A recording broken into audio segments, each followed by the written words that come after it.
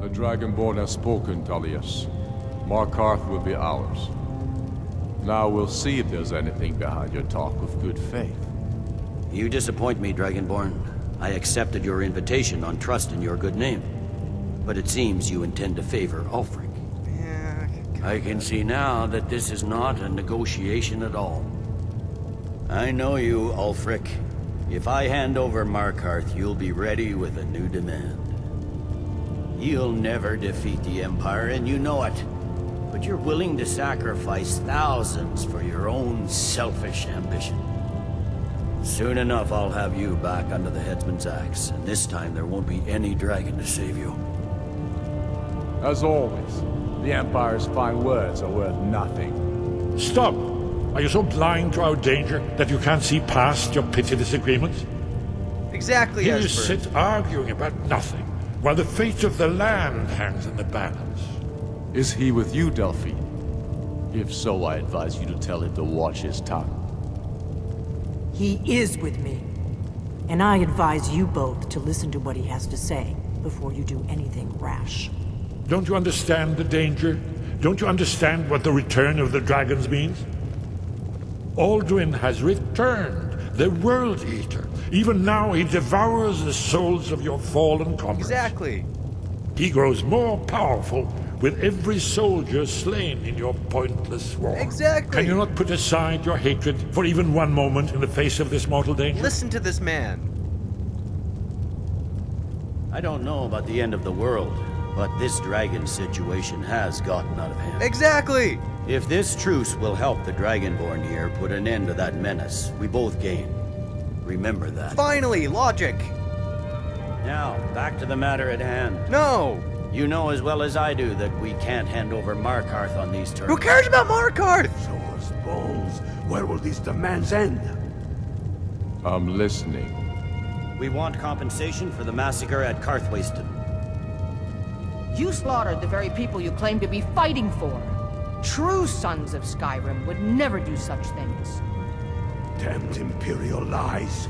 My men would never stoop to such methods, even in retaliation for your butchery at... All the blood spilled in this war is on your head. So, Dragonborn, what do you say?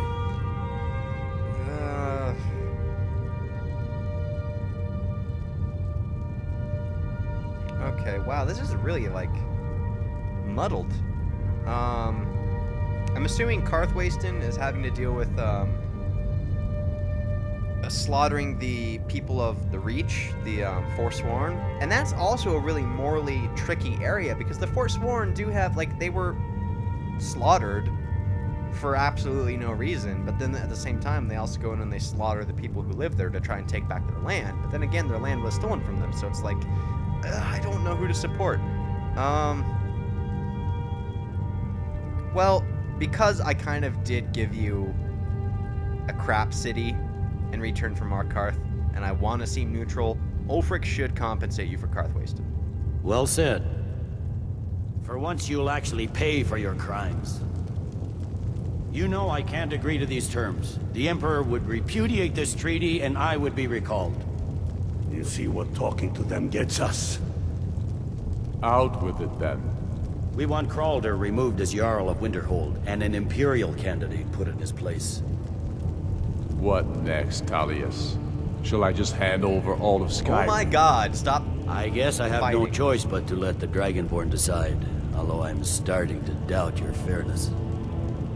So, Dragonborn, what do you say? Winterhold.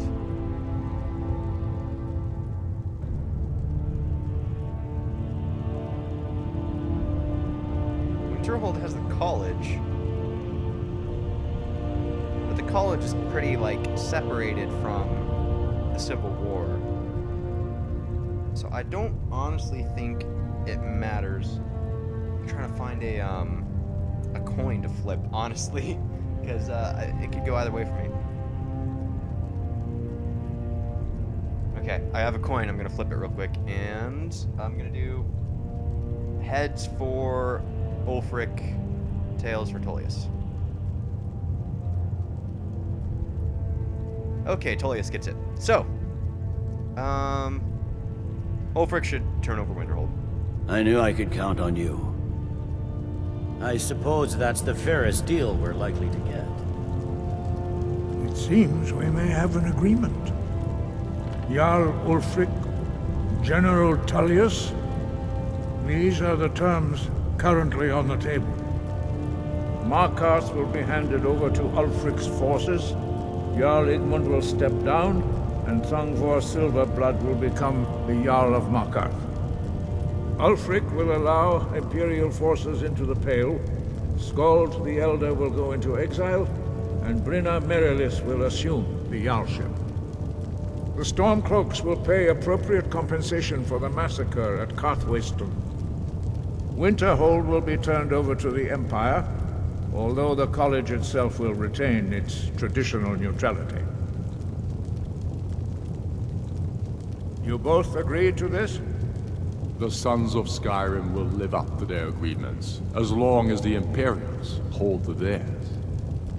What about you, Elisif? Are these terms to your liking? Speak up!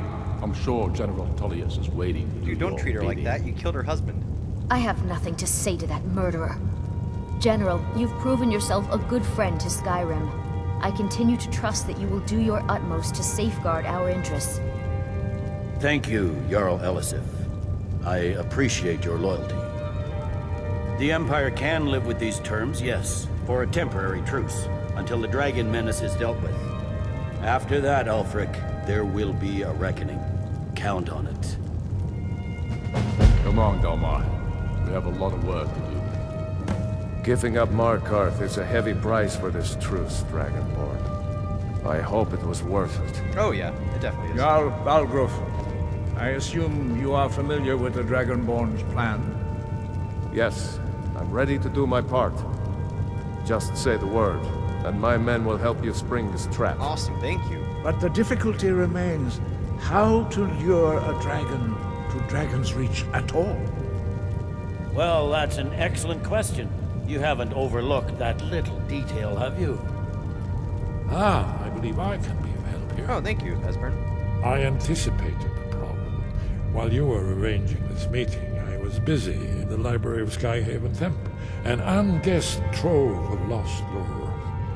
But the important thing is that the Blades recorded many of the names of dragons they slew. Cross-referencing this with Delphine's map of dragon burial sites, I believe I've identified one of the dragons that Alduin has raised up. How does that help us? Don't you see? The names of dragons are always 3 words of power, shouts. By calling the dragon with the voice, he will hear you wherever he might be. Why would he come when he's called? He's not compelled to, but dragons are prideful by nature and loath to refuse a challenge. Your voice in particular is likely to intrigue this dragon after your victory over Alduin. I think it's very likely that he will be unable to resist investigating your call. I like it. So what's this dragon's name? Indeed. I'm no master of the voice, like these worthy gentlemen, but it is written here in this scroll. Odahvin, winged snow hunter, as I read it.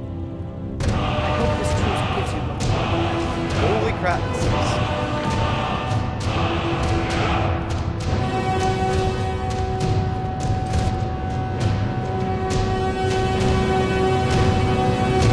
Okay, well, my recording software needs to be reset, so I'm going to reset that, and then we're going to come back. So I'll be back in a few seconds.